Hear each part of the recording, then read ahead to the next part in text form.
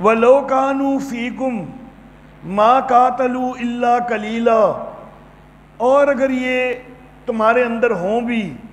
تو یہ نہیں لڑائی کریں گے مگر تھوڑی ہی، کیونکہ یہ اندر سے تو اپنے کفری عقائد پر ہی قائم ہے، صرف تم کو دکھانے کے لیے تو انہوں نے لڑنا ہے، تو تھوڑا بہت جو ہے وہ لڑائی میں حصہ لے لیں گے تاکہ اپنے آپ کو سچا بنا سکیں۔ لَقَدْ كَانَ لَكُمْ فِي رَسُولِ اللَّهِ أُسْوَةٌ حَسَنَةٌ، تمہارے لیے اللہ کے رسول میں بہترین نمونہ ہے۔ ایک طرف منافقین کا طرز بتلایا کہ وہ اس طرح بزدلی دکھاتے ہیں اور وہ کفر کی طرف پلٹ جانے تک کے لیے بھی تیار ہو جاتے ہیں، دوسری طرف یہ کہا کہ دیکھو اللہ کا رسول وہ مارکوں کے اندر کتنی ثابت قدمی دکھاتا ہے اور ثابت قدمی کے ساتھ اللہ کی راہ میں جہاد میں شریک ہوتا ہے، تو تمہارے لیے اللہ کے رسول کے اندر بہترین نمونہ ہے اس کے لیے کہ جو اللہ کی امید رکھے اور آخرت کے دن کی، اور اللہ کو یاد کرے، بہت یاد کرنا۔ یہ سارا پیچھے منافقوں کا تذکرہ ہوا، اس کے بعد نبی اکرم صلی اللہ علیہ وسلم کا اسوہ، اس کا ذکر ہوا۔ اب نبی اکرم صلی اللہ علیہ وسلم کے ساتھ پھر جو مومن مخلص ہیں ان کا کیا طرز ہوتا ہے وہ ذکر کیا جا رہا ہے۔ وَلَمَّا رَأَى الْمُؤْمِنُونَ الْأَحْزَابَ، جس وقت اہل ایمان نے جماعتوں کو دیکھا، اہل ایمان نے دیکھا کہ ادھر سے بنو غطفان بھی 6000 کا لشکر لے کے آ چکے،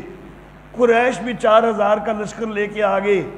اور بنو قریظہ بھی پر تول رہے ہیں مقابلہ کرنے کے لیے، حملہ کرنے کے لیے، تو مسلمان جو ہیں، جو مخلص مومن ہیں، تو وہ کہنے لگے کہ یہ تو وہی ہے کہ جس کا ہم سے اللہ اور اس کے رسول نے وعدہ کیا، کہ اللہ اور اس کے رسول نے ہم سے وعدہ کیا کہ تم کو فتح حاصل ہوگی، تو بے شک یہ 3 طرف سے بھی چڑھائی ہونے کا امکان ہو رہا ہے لیکن فتح ہمیں مل کے رہے گی۔ تو مخلص مومن جو ہے ان کو اللہ کے اوپر پورا یقین ہے۔ یہ وہ ہے کہ جس کا وعدہ کیا ہم سے اللہ نے اور اس کے رسول نے، اور سچ کہا ہے اللہ اور اس کے رسول نے۔ وَمَا زَادَهُمْ إِلَّا إِيمَانًا وَتَسْلِيمًا، اور یہ فوجوں کا زیادہ آ جانا اس چیز نے ان کو نہیں بڑھایا مگر ایمان کے اندر ہی اور فرما برداری کے اندر ہی۔ وہ ایمان اور فرما برداری ان کی اور زیادہ ہو گئی جب اتنی فوجیں آئیں۔ اللہ اللہ،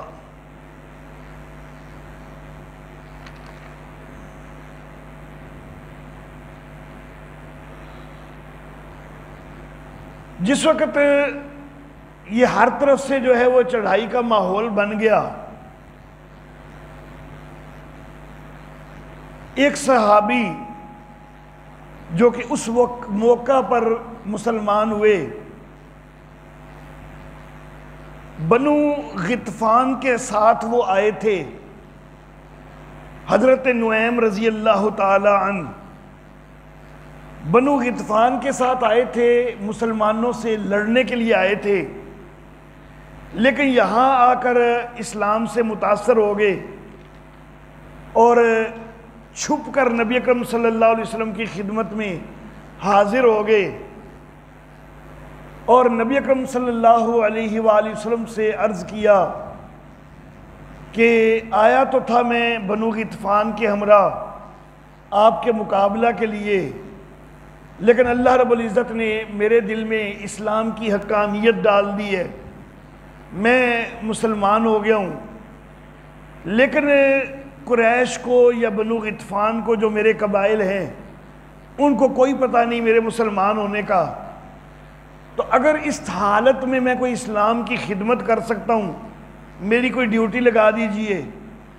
نبی اکرم صلی اللہ علیہ وسلم نے کہا کہ ہاں اس حالت میں تم بڑا اچھا جو ہے وہ ساتھ دے سکتے ہو ہمارا۔ ہمیں جو اس وقت زیادہ پریشانی بنی ہے وہ یہ بنی ہے کہ ہمیں اطلاع مل رہی ہے کہ بنو قریظہ بھی ادھر سے حملہ آور ہونے والے ہیں، جنوب مشرقی کونے سے، وہاں پر بنو قریظہ کی آبادی ہے، ادھر والے جو ہیں ان کی ہمیں پرواہ کوئی نہیں، اگرچہ 10,000 ہیں لیکن ہم نے درمیان میں خندق کھود رکھی ہے اور ہم ان کے مقابلے میں صف آرا ہیں۔ لیکن اگر بنو قریظہ پیچھے سے حملہ آور ہو گئے تو وہ تو ہمارے لیے بڑا نقصان دہ ہو جائے گا،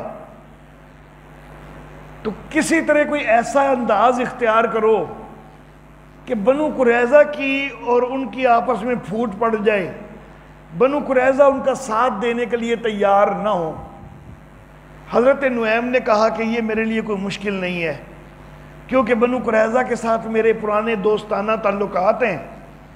تو میں ان کو طریقے سے جو ہے نا وہ پیچھے کر سکتا ہوں۔ نبی اکرم صلی اللہ علیہ وسلم نے کہا کہ یہ تم کر لو تو یہ بڑا اچھا ہوگا۔ یہ حضرت نعیم رضی اللہ تعالی عنہ یہ گئے بنو قریظہ کے پاس، اور بنو قریظہ سے جا کے کہنے لگے کہ تم بڑی نادانی کر رہے ہو، بے وقوفی کر رہے ہو، وہ بنو غطفان تو اتنی دور سے آئے ہوئے ہیں، ہے تو میرا اپنا ہی علاقہ، اپنا ہی خاندان ہے، لیکن میں تمہارا مخلص ہوں، تمہارا پرانا دوست ہوں، تو میرا قبیلہ بنو غطفان اگر واپس بھاگ گیا، قریش بھی اتنی دور سے آئے ہوئے ہیں وہ بھی اگر واپس بھاگ گئے تو تم کیا کرو گے؟ تمہارا تو علاقہ یہی ہے، تم نے تو ادھر ہی رہنا ہے، اگر تو جنگ میں ہو جاتی ہے فتح ہماری پھر تو چلو ٹھیک ہے، لیکن اگر فتح کی بجائے شکست ہو گئی، وہ دونوں بھاگ گئے، تو تم نے اپنا بھی کچھ سوچا ہے کہ تمہارا کیا حشر ہوگا؟ تم نے تو یہیں زندگی گزارنی ہے، تو مسلمانوں نے پھر تمہیں تو نہیں چھوڑنا، تو پہلے اپنا تو کوئی سانبا کر لو،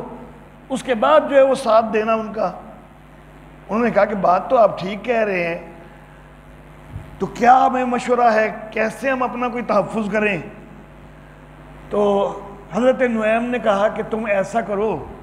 کہ جب بنو غطفان اور قریش تم سے حملہ کرنے کا مطالبہ کریں نا، تو تم ان دونوں سے کہنا کہ بنو غطفان بھی اپنے کچھ بندے ہمارے حوالے کریں،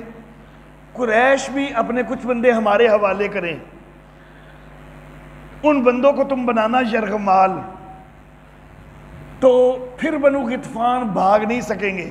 کیونکہ ان کے اپنے بندے جب تمہارے پاس موجود ہوں گے تو وہ تمہاری تو پرواہ کوئی نہیں، لیکن اپنے بندوں کی تو ان کو پرواہ ہوگی نا، وہ ان کے لیے اپنی جانیں لڑا دیں گے، وہ بھاگیں گے نہیں۔ قریش بھی اپنے بندوں کی خاطر لڑیں گے، جانیں لڑا دیں گے، بھاگیں گے نہیں، تو اس طرح تمہیں تحفظ مل جائے گا۔ انہوں نے کہا کہ ترکیب تو بڑی اچھی ہے، جس وقت تک بنو غطفان اور قریش معقول تعداد میں ہمیں بندے مہیا نہیں کریں گے، ہم حملہ کوئی نہیں کریں گے۔ ان کو اس چیز پہ پکا کر لیا۔ اس کے بعد گئے خود اپنے قبیلے کی طرف اور قریش کی طرف باری باری، اور ان سے جا کے کہا کہ بھائی میں بنو قریظہ میں سے ہو کے آیا ہوں، تم لوگوں کو بڑی خوش فہمی ہے کہ بنو قریظہ جو ہے ادھر سے حملہ کر دیں گے اور تمہیں فتح حاصل ہو جائے گی، میں تو ادھر حالات دیکھ کے آیا ہوں، وہاں پر تو حالات بالکل بدل گئے ہوئے ہیں، بنو قریظہ کو پریشانی لاحق ہو گئی ہے اور وہ اب جنگ سے جان چھڑانا چاہتے ہیں۔ مسلمانوں کو بھی اطلاع تو مل گئی ہوئی ہے کہ بنو قریظہ نے بھی جو ہے نا، جب کہ بنو قریظہ کا مسلمانوں سے معاہدہ بھی موجود ہے، تو بنو قریظہ نے بدعہدی کی ہے اور بنو قریظہ جو ہے وہ تمہارا ساتھ دینے کے لیے تیار ہو گئے ہیں، یہ اطلاعات تو مسلمانوں کو بھی مل گئی ہیں، تو بنو قریظہ اب اس پر ہو گئے ہیں پریشان۔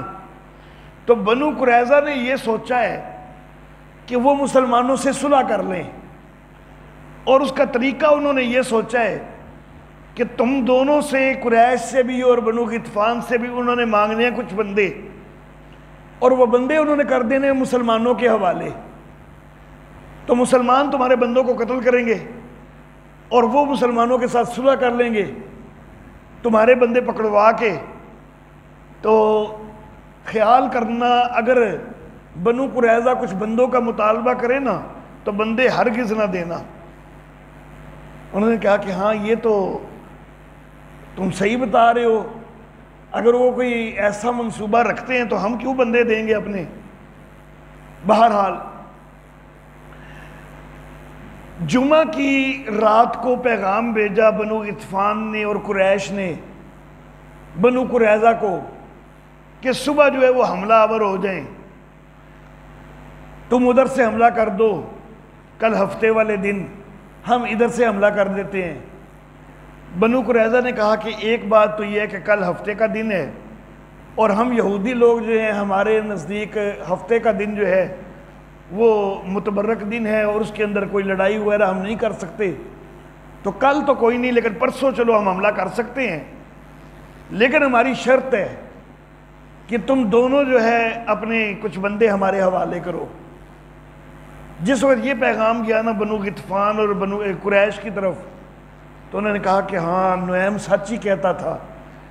یہ بندے جو مانگ رہے ہیں ان کی خرابی ہے، انہوں نے بندے مسلمانوں کے حوالے کر دینے ہیں اور پھر ہمارے بندے مروا دینے ہیں، ہم نے بندے کوئی نہیں بھیجنے۔ انہوں نے بنو قریظہ کو پیغام بھیج دیا کہ نہیں بندے ہم نے کوئی نہیں بھیجنے، تم ویسے تعاون کرو، ساتھ دو۔ انہوں نے کہا کہ نہیں ہم بھی ساتھ کوئی نہیں دیتے، تم نے حملہ کرنا ہے تو کرو، ہم نے کوئی نہیں کرنا۔ اس طرح بنو قریظہ جو ہے وہ بہرحال پیچھے ہٹ گئے، لیکن یہ جو پیچھے ہٹے ہیں نا صرف اپنے دفاع کے لیے ہٹے ہیں، کوئی مسلمانوں کے لیے کوئی خلوص نہیں تھا ان کے دل میں کہ جو اب پیچھے ہٹے ہیں۔ مسلمانوں کو تو یہ اس حد تک برباد کرنے کے لیے تیار ہو گئے تھے کہ یہ پیچھے سے حملہ آور ہوتے، مسلمان سارے ادھر متوجہ تھے۔ یہ تو نبی صلی اللہ علیہ وسلم کا جاسوسی نظام تھا کہ جس کی وجہ سے نبی صلی اللہ علیہ وسلم کو اطلاع مل گئی۔ اگر یہ اس طرح کا نظام نہ ہوتا اور نبی اکرم صلی اللہ علیہ وسلم کو ان کے خطرناک منصوبے کا پتہ نہ چلتا تو یہاں تو صرف تھوڑے لوگ تھے دفاع کے لیے، جو پہرے کے لیے نبی صلی اللہ علیہ وسلم نے چند ایک لوگ چھوڑے ہوئے تھے، اور یہ بدبخت اگر ادھر سے حملہ آور ہوتے تو عورتیں اور بچے ہی تھے ادھر زیادہ، اور بوڑھے تھے، ضعیف تھے، انہوں نے سب سے پہلے ان کو تہے تیغ کرنا تھا۔ مسلمانوں کو جب تک اطلاع ملتی ان بدبختوں نے عورتوں بچوں وغیرہ کا تو کام تمام کر دینا تھا، اور بعد میں مسلمان ان کی طرف بھاگتے، ادھر سے محاذ خالی ہو جاتا تو وہ بھی چڑھائی کر دیتے، اور مسلمان جو جوان ہیں جنگ کے قابل ہیں وہ بھی دونوں طرف سے گھر جاتے اور بڑا نقصان ہو جاتا، شاید کوئی ایک مسلمان بھی نہ بچتا۔ تو انہوں نے جو منصوبہ بندی جس کے لیے یہ تیار ہوئے تھے تو وہ تو بڑی خطرناک تھی۔ اب یہ پیچھے ہٹے تو وہ تو اپنی ذات کے لیے پیچھے ہٹے، تو بہرحال جرم ان کا بہت بڑا تھا، ایسا جرم تھا کہ جس کی وجہ سے مسلمان جو ہیں اگر یہ کامیاب ہو جاتے تو مسلمانوں کے لیے وہ بہت بڑا نقصان ہوتا، اور شاید کسی ایک مسلمان تک کو بھی جو ہے وہ بچنے کا موقع نہ مل سکتا۔ بہرحال اب بنو قریظہ جو ہیں وہ تو پیچھے ہٹے اپنی مرضی سے اپنے دفاع کے لیے۔ ادھر جو رہ گئے بنو غطفان اور قریش، اللہ رب العزت نے اسی رات پھر ان کے اوپر تیز آندھی بھیج دی، اور تیز آندھی کے ساتھ ساتھ فرشتوں کے لشکر بھی بھیجے۔ تیز آندھی کی وجہ سے اتنی شدید آندھی تھی کہ ان کے خیمے اکھڑنے شروع ہو گئے، دوسری طرف فرشتے جو ہیں وہ ان کو تھپڑ لگا رہے تھے، یہ آندھی سے بدحواس ہو کے بھاگتے، دوسری طرف ان کو زور زور سے تھپڑ لگتے، ان کو سمجھ بھی نہیں آتی کہ ہو کیا رہا ہے ہمارے ساتھ، ہمارے منہ پر لگ کیا رہا ہے، کوئی چیز تو نظر نہیں آتی کہ جو آ کے ہمارے منہ سے ٹکراتی ہے، تو یہ کیا ہو رہا ہے ہمارے ساتھ۔ تو یہ سارے بدحواس ہو کے پھر بھاگے اس رات، تو ادھر سے بھی میدان خالی ہو گیا۔ تو اللہ رب العزت نے اسی کا ذکر کیا ہے کہ ہم نے آندھی بھی بھیجی اور ایسے لشکر بھی بھیجے کہ جن کو تم نے کوئی نہیں دیکھا۔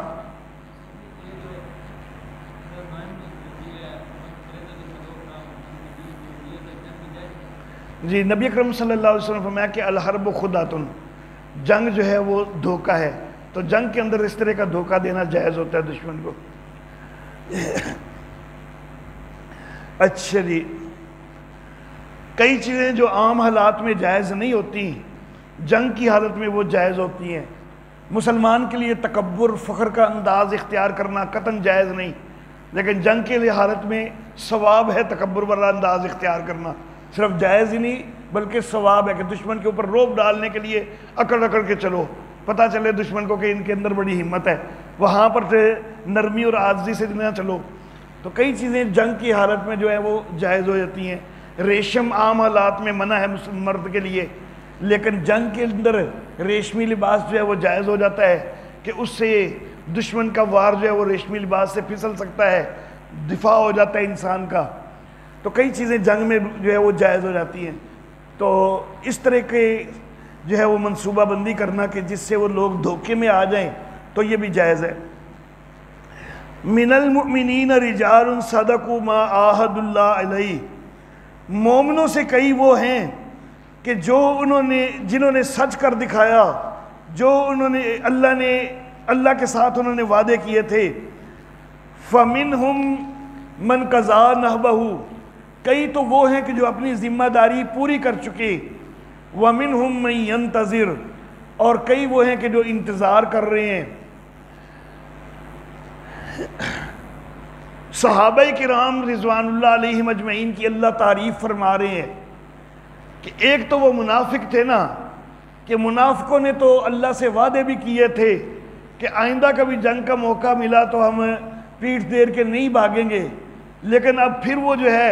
وہ مسلمانوں کو بھی جو ہے وہ پریشان کر رہے تھے، ان کے حوصلے پست کرنے کے لیے الٹی سیدھی باتیں کر رہے تھے. دوسری طرف جو مخلص مومن ہیں تو وہ ڈٹے ہوئے اللہ کی راہ میں، اور ان میں سے کچھ ایسے ہیں کہ جن کے متعلق اللہ فرماتے ہیں کہ وہ تو اپنی ذمہ داری نبھا چکے، پوری کر چکے، اور کچھ جو ہے وہ نبھانے کا جذبہ رکھتے ہیں کہ ہمیں موقع ملا تو ہم جو ہے وہ ذمہ داری نبھائیں گے. کون نبھا چکے ہیں اور کون جو ہے یہ جذبہ رکھتے ہیں ابھی نبھائی نہیں؟ تو اگرچہ بہت سارے جو بہادری کے ساتھ لڑتے ہوئے شہید ہوئے وہ سارے ہی نبھا چکے ہوئے ہیں، یا جنہوں نے بڑے بڑے کارنامے دکھائے جنگوں کے اندر، شہادت نہیں بھی ملی لیکن جنگوں کے اندر انہوں نے بڑے کارنامے دکھائے، وہ سارے اپنی ذمہ داری نبھا چکے. اور جو کوئی ابھی زیادہ کردار نہیں ادا کر سکے اپنا، تو وہ بھی دل میں جذبہ رکھتے ہیں کہ موقع ملے گا تو ہم جو ہے وہ اپنا کردار ادا کریں گے، اور انشاءاللہ ہم بھی مارکوں کے اندر جو ہے وہ بڑے بڑے کارنامے سر انجام دیں گے. ان سب کے دلوں میں یہ جذبہ موجود ہے جو مومن مخلص ہیں. البتہ یہ ہے کہ کچھ نہ کچھ نام بطور مثال جو ہے وہ بھی مل جایا کرتے ہیں. جو ذمہ داری پوری کر چکے ان میں سے ہم بطور مثال ایک نام ذکر کر سکتے ہیں، حضرت انس بن نضر رضی اللہ تعالی عنہ کا. جس وقت غزوہ بدر کا موقع تھا نا، تو حضرت انس بن نضر رضی اللہ تعالی عنہ یہ اس میں شریک نہیں ہو سکے تھے، کیونکہ جس وقت مدینہ سے مسلمان نکلے تھے نا تو جنگ وغیرہ کا کوئی اتنا بڑا پتہ ہی کوئی نہیں تھا. زیادہ خیال یہی تھا کہ بس ایک قافلے سے مقابلہ ہونا ہے، تو کوئی اتنی لمبی چوڑی ضرورت کوئی نہیں تھی، تو کوئی زیادہ جنگ کا تو خیال نہیں تھا. مسلمان اس حد تک ریلیکس تھے کہ کئی مسلمان تلواریں گھر میں ہوتے ہوئے وہ گھروں میں چھوڑ کے ہی چلے گئے تھے کہ کون سی کوئی ضرورت پڑنی ہے، ایک چھوٹا قافلہ ہی ہے اس کا مقابلہ کرنا ہے. تو کئی تلواریں اور اسلحہ جو ہے وہ گھروں میں بھی چھوڑ کے چلے گئے. اللہ اللہ. تو حضرت انس بن نضر رضی اللہ تعالی عنہ یہ اس موقع پر پیچھے رہ گئے. خیال یہی تھا کہ ایک چھوٹے سے قافلے سے مقابلہ ہے تو کوئی ضروری تو نہیں کہ سارے ہی نکلیں، کوئی نہیں بھی جاتا تو خیر ہے. اب جس وقت بعد میں پھر وہ مارکا پیش آ گیا بدر کا، جس وقت مسلمان اس مارکا سے فتح کر کے واپس آئے، ان کو حالات پتہ چلے، ان کے دل میں بڑا دکھ ہوا کہ میں اس مارکے میں نہیں شریک ہو سکا. بڑے پریشان ہوئے. انہوں نے دکھ کے ساتھ، پریشانی کے ساتھ ایک جملہ بول دیا کہ اس دفعہ تو میں شریک نہیں ہو سکا، مجھے کوئی احساس نہیں تھا کہ بڑی جنگ ہوگی. آئندہ اگر کبھی کوئی اس طرح کا مارکا پیش آیا نا تو اللہ دیکھے گا کہ میں کیا کرتا ہوں. اب یہ جملہ بہت بڑا بول دیا کہ اللہ دیکھے گا کہ میں کیا کرتا ہوں. پریشانی میں، دکھ میں یہ جملہ بول دیا. لیکن بعد میں پھر سوچنے لگے کہ جملہ تو میں نے بہت بڑا بول دیا ہے، پتہ نہیں میں کوئی ایسا کوئی کارنامہ سر انجام دے بھی سکوں گا کہ نہیں. بڑا بول تو بیٹھا ہوں، لیکن بہرحال دل کے اندر جذبہ موجود تھا. غزوہ احد کا موقع آ گیا اور غزوہ احد کے موقع پر بھی انہوں نے پھر ایسے جو ہے جواں مردی کے ساتھ آگے بڑھ کے دشمنوں کے اوپر حملے کیے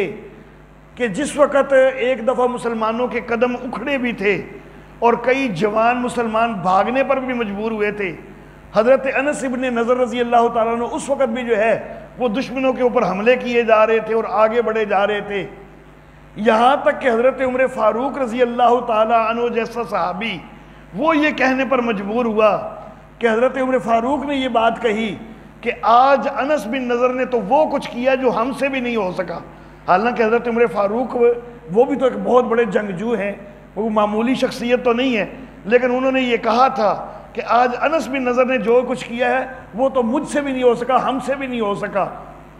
تو بہرحال اسی حالت میں حضرت انس بن نضر جو ہے وہ غزوہ احد میں شہید ہوئے، اتنے زخم لگے ہوئے تھے کہ جسم کا کوئی حصہ زخموں سے خالی نہیں تھا، اور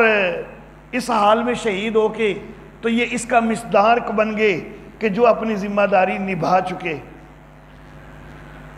اسی طرح ایک نام ہم حضرت طلحہ رضی اللہ تعالیٰ عنہ کا لے سکتے ہیں، اور یہ نام تو خود نبی اکرم صلی اللہ علیہ وسلم نے لیا ہے۔ اس آیت کا مصداق نبی اکرم صلی اللہ علیہ وسلم سے کسی صحابی نے پوچھا، اتفاقاً حضرت طلحہ رضی اللہ تعالیٰ عنہ قریب موجود تھے، تو نبی صلی اللہ علیہ وسلم نے کہا کہ ایک تو یہی بیٹھا ہوا ہے اس آیت کا مصداق، حضرت طلحہ رضی اللہ تعالیٰ عنہ۔ نبی اکرم صلی اللہ علیہ وآلہ وسلم کا دفاع کرنے کے لیے جس طرف سے تیر آ رہا تھا تیزی سے اپنا ہاتھ آگے کر رہے تھے، اپنے ہاتھ کو چھلنی کروا لیا، لیکن نبی اکرم صلی اللہ علیہ وسلم کی طرف کوئی تیر نہیں بڑھنے دیا۔ تو بہت بڑا مارکہ ہے، بہت بڑا کارنامہ ہے۔ تو نبی اکرم صلی اللہ علیہ وسلم نے کہا کہ ایک تو یہی بیٹھا ہوا ہے کہ جو اپنی ذمہ داری نبھا چکا ہوا ہے۔ وَمِنْهُمْ مَنْ يَنْتَظِرُ، کئی وہ ہیں کہ جو انتظار کر رہے ہیں۔ مفسرین کہتے ہیں کہ اس کا مصداق حضرت عثمان غنی رضی اللہ تعالیٰ عنہ کو بنانا وہ بڑا اولا ہے۔ حضرت عثمان غنی رضی اللہ تعالیٰ عنہ انہیں نبی اکرم صلی اللہ علیہ وسلم نے ایک بات فرمائی تھی کہ عثمان، اللہ تجھے ایک چادر پہنائے گا، لوگ وہ چادر تجھ سے اتارنے کی کوشش کریں گے، چھیننے کی کوشش کریں گے، تم وہ چادر نہ اتارنا۔ نبی اکرم صلی اللہ علیہ وسلم نے یہ حضرت عثمان غنی رضی اللہ تعالیٰ عنہ کو اپنی زندگی میں فرمایا تھا۔ اور پھر حضرت عثمان غنی رضی اللہ تعالیٰ عنہ ان کے خلاف محاذ قائم ہوا، تفصیلات تو بڑی لمبی چوڑی ہیں، ان کا تو وقت نہیں ہے۔ محاذ قائم ہوا، گھیراؤ کر لیا گیا، گھر کا شہید کیا گیا، اور مطالبہ یہ کیا جا رہا تھا کہ آپ خلافت سے دستبردار ہو جائیں۔ تو حضرت عثمان غنی رضی اللہ تعالیٰ عنہ ان کے اس مطالبے پر حضرت عثمان غنی نے خیال کیا اور اظہار کیا کہ نبی اکرم صلی اللہ علیہ وسلم نے مجھ سے کہا تھا کہ اللہ تجھے ایک چادر پہنائے گا، لوگ اتارنا چاہیں گے، تم نہ اتارنا۔ تو آج تمہارے مطالبے سے مجھے سمجھ آ رہی ہے کہ وہ چادر یہ خلافت والی چادر ہے کہ تم مطالبہ کر رہے ہو، لیکن مجھے تو نبی اکرم صلی اللہ علیہ وسلم کی نصیحت ہے کہ میں نے یہ چادر کوئی نہیں اتارنی۔ ویسے مجھے کوئی خلافت کا کوئی شوق نہیں ہے، کوئی لالچ نہیں ہے، لیکن چونکہ میں نے نبی اکرم صلی اللہ علیہ وسلم سے یہ وعدہ کیا ہوا ہے کہ ٹھیک ہے میں وہ چادر نہیں اتاروں گا، تو میں تو سمجھتا ہوں کہ اس نبی صلی اللہ علیہ وسلم کے فرمان کا مصداق یہی چادر ہے، تو میں اس کو اتارنے کے لیے تیار کوئی نہیں۔ اور اسی حالت میں پھر شہادت جو ہے وہ قبول کر لی، شہید ہو گئے، لیکن جو ہے وہ خلافت سے دستبردار نہیں ہوئے۔ تو یہ اس وقت ابھی جس وقت یہ آیت آئی ہے اس وقت اپنی ذمہ داری کا بھی یہ انتظار کر رہے ہیں، اور بعد میں یہ بھی ذمہ داری نبھانے والوں میں بن گئے۔ وَمَا بَدَّلُوا تَبْدِيلًا، اور انہوں نے اس کو تبدیل نہیں کیا، یعنی اللہ کی طرف سے جو ذمہ داری آئی وہ نبھانے کا انتظار کر رہے ہیں، اس میں کوئی تبدیلی نہیں کر رہے۔ لِيَجْزِيَ اللَّهُ الصَّادِقِينَ، تاکہ اللہ بدلہ دے سچوں کو ان کے سچ کا، اور منافقوں کو عذاب دے اگر چاہے، اور یتوب علیہم، یا پھر ان کے اوپر توبہ ڈال دے، یعنی ان کو توبہ کی توفیق مل جائے۔ ان اللہ کانا غفور الرحیمہ، بے شک اللہ بخشنے والا ہے، مہربان ہے۔ وَرَدَّ اللَّهُ الَّذِينَ كَفَرُوا بِغَيْظِهِمْ، اور پھیر دیا اللہ نے کافروں کو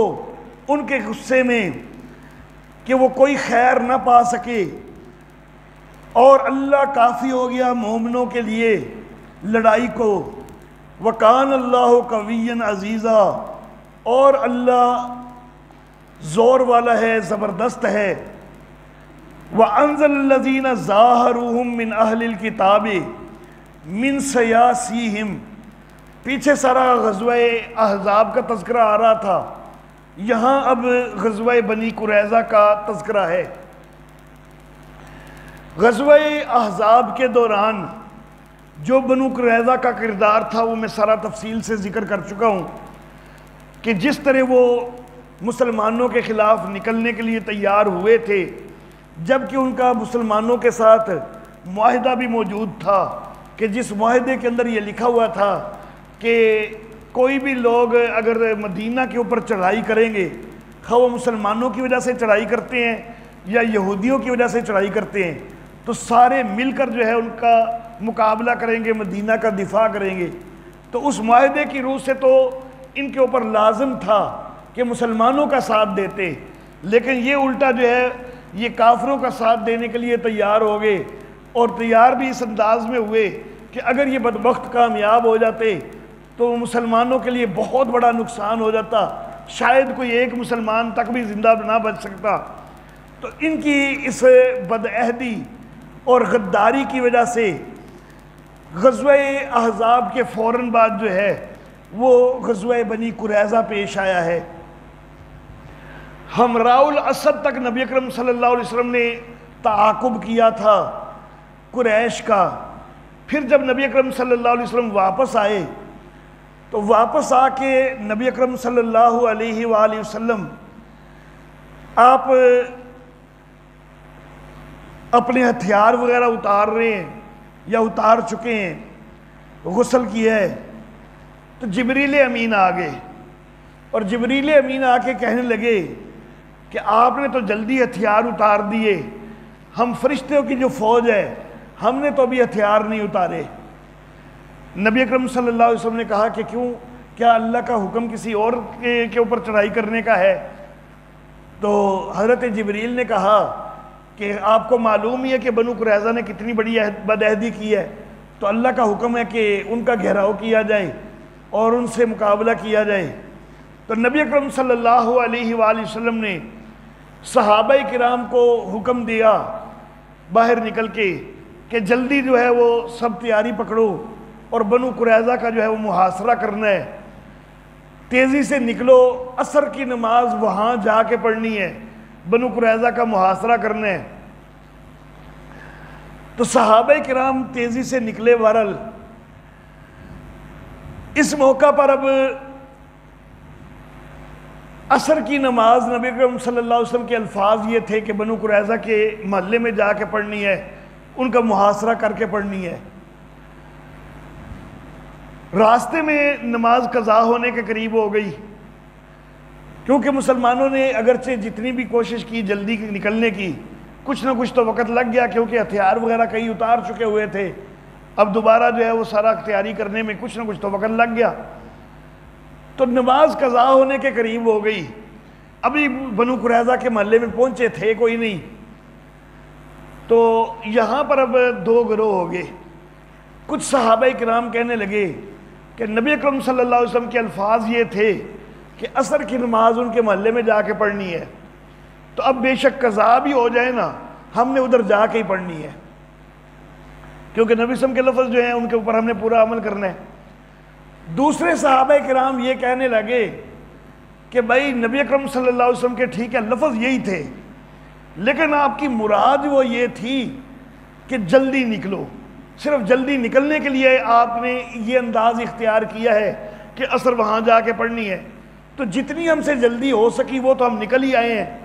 لیکن اب نماز کا تو حکم ہے وقت کے اوپر ادا کرنے کا، نماز کو تو ہمیں قضا نہیں کرنا چاہیے، حدیث پر ہم عمل کر چکے ہیں، کہ جتنی جلدی ہم سے ہو سکا ہم نکل چکے ہیں، حدیث کا تقاضا وہ تھا، ہم عمل کر چکے ہیں۔ اب ہے ایک ہی حدیث مبارکہ، کچھ صحابہ کرام کہہ رہے ہیں کہ نہیں ہم نے ابھی حدیث پر عمل نہیں کیا، ہم وہاں پہنچ کے نماز پڑھیں گے تب حدیث پہ عمل ہوگا۔ کچھ صحابہ کہہ رہے ہیں کہ نہیں حدیث کے تقاضے پر عمل ہو چکا ہے، کیونکہ حدیث میں لفظ بے شک یہ تھے کہ عصر وہاں جا کے پڑھنی ہے، لیکن مراد یہ تھی کہ جلدی نکلو، تو جلدی تو ہم نکل آئے، تو حدیث پر عمل ہو چکا ہے۔ اب صحابہ کرام رضوان اللہ علیہم اجمعین حدیث کا مفہوم سمجھنے میں ان سے بھی جو ہے ان کے اندر آپس میں اختلاف ہو گیا۔ صحیح مفہوم دوسروں نے سمجھا تھا کہ بھائی نبی اکرم صلی اللہ علیہ وسلم کا مقصود یہی ہے کہ جلدی نکلو، اور انہوں نے صحیح کام کیا تھا، لیکن دوسرے صحابہ ان سے اجتہادی خطا ہو گئی، انہوں نے صرف لفظوں کا خیال کیا۔ تو حدیث کے اندر صرف لفظوں کا خیال نہیں کرنا چاہیے، یہ بھی دیکھنا چاہیے کہ کس پس منظر میں یہ حکم ہو رہا ہے، کس ماحول میں حکم ہو رہا ہے، اور اس کی مراد کیا ہو سکتی ہے، صرف ظاہری لفظ کا نہیں لینا چاہیے۔ تو بہرحال صحابہ کرام تک میں جب نبی اکرم صلی اللہ علیہ وسلم کی بات کو سمجھنے میں اختلاف ہو سکتا ہے، تو پھر اگر ائمہ مجتہدین ان کا اختلاف کچھ مسائل کے اندر، فروعی مسائل کے اندر نظر آتا ہے، تو یہ کوئی پریشان کن بات نہیں ہے، یہ ایک فطری بات ہے۔ اور جو بھی مجتہد علماء ہیں جن نے بھی اجتہاد کر کے، تو جو کہ اجتہاد کی واقعی صلاحیت بھی رکھتے تھے، انہوں نے جو راستے متعین کیے ہیں، جو ان کے پیچھے چلے ہیں، بے شک ان کے مجتہدین سے اجتہاد میں خطا ہی کیوں نہ ہوئی ہو، تو پھر بھی انشاءاللہ ان سب کو اجر جو ہے وہ ملے گا اپنے اعمال کا، وہ سارے عند اللہ ماجور ہوں گے۔ حنفی جو ہیں اپنے انداز میں عمل کرتے ہوئے انشاءاللہ اجر کے مستحق ہوں گے، مالکی اپنے انداز میں عمل کرتے ہوئے انشاءاللہ اجر کے مستحق ہوں گے، شافعی اپنے انداز میں عمل کرتے ہوئے انشاءاللہ اجر کے مستحق ہوں گے، حنبلی اپنے انداز میں عمل کرتے ہوئے انشاءاللہ اجر کے مستحق ہوں گے، کیونکہ بہرحال یہ سارے ائمہ جو تھے جنہوں نے یہ ساری راہیں بتائی ہیں، وہ اجتہاد کی صلاحیت رکھتے تھے، مجتہد تھے، اور مجتہد سے اگر خطا بھی ہو جائے تو اس کے اوپر بھی اجر ہی ہوتا ہے، اور اس مجتہد کے مقلدین نے اسی کے پیچھے چلنا ہوتا ہے۔ ہاں البتہ جو اجتہاد کی اگر صلاحیت کوئی نہیں رکھتا اور وہ کوئی بات کرتا ہے، تو نبی اکرم صلی اللہ علیہ وآلہ وسلم کا وہ فرمان بھی مد نظر رکھنا چاہیے کہ نبی اکرم صلی اللہ علیہ وسلم نے فرمایا کہ جو صلاحیت نہیں رکھتا اور پھر وہ قرآن کے متعلق کوئی بات کرے، یعنی تفسیر اپنے پاس سے کرے، تو نبی صلی اللہ علیہ وسلم نے فرمایا کہ اتفاقاً وہ صحیح بھی کر لی ہے نا اس نے، تب بھی غلط کیا اس نے، تب بھی اس کو گناہ ملے گا، کیونکہ اس کے اندر صلاحیت کوئی نہیں تھی، اجتہاد کی صلاحیت کے بغیر وہ اجتہاد کر رہا ہے، تو اس کو اتفاقاً درست بھی ہو گیا نا، تب بھی گناہ یا غلطی کیا اس نے۔